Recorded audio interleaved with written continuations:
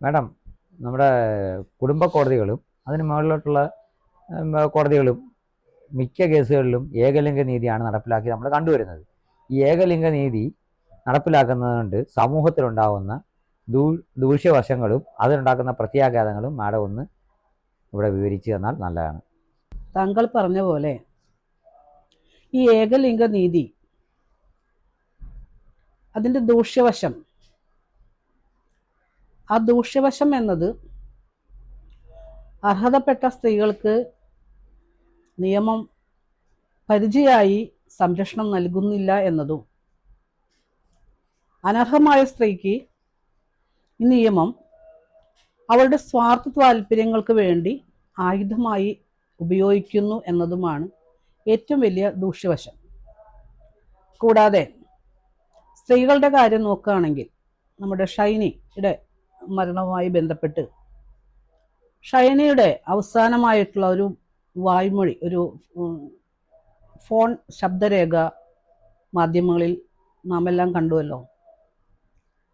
ആ പറയുന്നതിൽ ഷൈനി പറയുന്നത് എന്താന്ന് വെച്ചാൽ, മക്കൾക്കുള്ള മെയിൻ്റെനൻസ് കിട്ടിയാൽ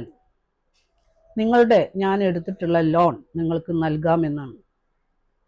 അതായത് കുട്ടികൾക്ക് അയക്കുന്ന മെയിൻ്റെനൻസ്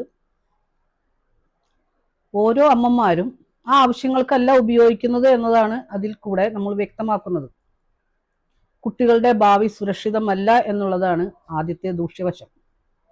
രണ്ടാമത്തത് പുരുഷന്മാരെ കുറിച്ചിട്ടാണ്. പുരുഷന്മാർക്ക് അവരുടെ നീതി ലഭിക്കുവാൻ, അല്ലെങ്കിൽ നീതി പറയുവാൻ ഒരു ഇടം, നിയമസഹായം പോലീസ് സ്റ്റേഷനിൽ നിന്നോ കോടതികളിൽ നിന്നോ കൃത്യമായി അവൻ്റെ മൗലിക അവകാശങ്ങൾക്ക് അനുസൃതമായി യാതൊന്നും ലഭിക്കാത്തതുകൊണ്ട് അവന് നീതി ലഭിക്കുന്നില്ല എന്ന ഒരു സാഹചര്യത്തിൽ അവൻ സമ്മർദ്ദത്തിലാവുകയും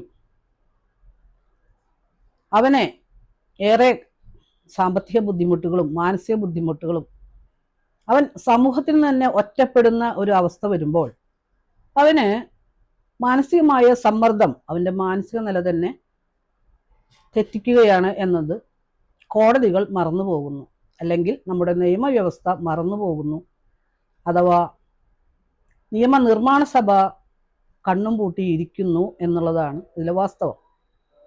ഇന്നിപ്പോൾ ഈ അടുത്ത് കുഞ്ഞുങ്ങളെ കൊല്ലുന്ന അമ്മമാരും ഭാര്യയെ കൊല്ലുന്ന ഭർത്താക്കന്മാരും ഇന്ന്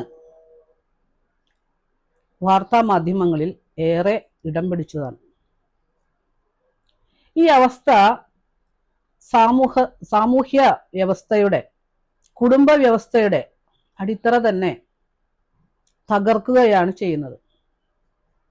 ഇന്ത്യൻ ഭരണഘടന വീണ്ടും വീണ്ടും ഞാൻ ആവർത്തിച്ചു പറയുന്നു, B.R. അംബേദ്കർ എന്ന മഹത് വ്യക്തി ഇന്ത്യക്ക് സ്വാതന്ത്ര്യം കിട്ടിയതിനു ശേഷം എഴുതിയ എല്ലാ പൗരന്മാർക്കും തുല്യനീതി ഉറപ്പാക്കുന്ന മൗലിക അവകാശങ്ങൾ മറച്ചുവെച്ചും നിഷേധിച്ചും അടച്ചുവെച്ചും പക്ഷപാതമായി ഏകലിംഗ നീതി നടപ്പിലാക്കുന്നു എന്നുള്ളതാണ് ഈ കൊലപാതകങ്ങളുടെയും ആത്മഹത്യകളുടെയും കൃത്യമായ കോടതി വിധികളനുസരിച്ചുള്ള ഓരോ നിയമപാലനത്തിനും, അതായത് കുട്ടികളുടെ കസ്റ്റഡിയുമായി ബന്ധപ്പെട്ട് അവരുടെ ക്ഷേമാവശ്യങ്ങൾക്കുള്ള പണം അമ്മമാർ മറ്റു ആവശ്യങ്ങൾക്ക് ഉപയോഗിക്കുകയും അത് കോടതി അന്വേഷിക്കാതിരിക്കുകയും അടുത്ത തലമുറ, വളർന്നു വരുന്ന തലമുറ ഈ കുട്ടികളും കൂടെ ഉൾപ്പെട്ടതാണ്. സിംഗിൾ പാരന്റിംഗ് ആയിട്ടുള്ള കുട്ടികൾക്ക് 100% അവരുടെ വളർച്ചയ്ക്കുള്ള മാനസിക അവസ്ഥ ഈ ദാമ്പത്യ പ്രശ്നങ്ങളിൽ വിള്ളലുകളുള്ള ദമ്പതിമാർക്ക് കൊടുക്കുവാൻ സാധിക്കുന്നില്ല. അതുപോലെ തന്നെ ആ കുട്ടികൾ സാമ്പത്തികമായ ആവശ്യങ്ങൾ, അവരുടെ പോഷണ ആവശ്യങ്ങൾ, ആരോഗ്യപരമായ അവരുടെ എല്ലാ ആവശ്യങ്ങളും, ആ പണം മറ്റു പല ആവശ്യങ്ങൾക്കും വിനിയോഗിക്കുന്നു. കൊലപാതകങ്ങൾ, ആത്മഹത്യകൾ ഇത് പെരുകുന്നു എന്നതാണ് എടുത്തു പറയേണ്ട ഒരു കാര്യം.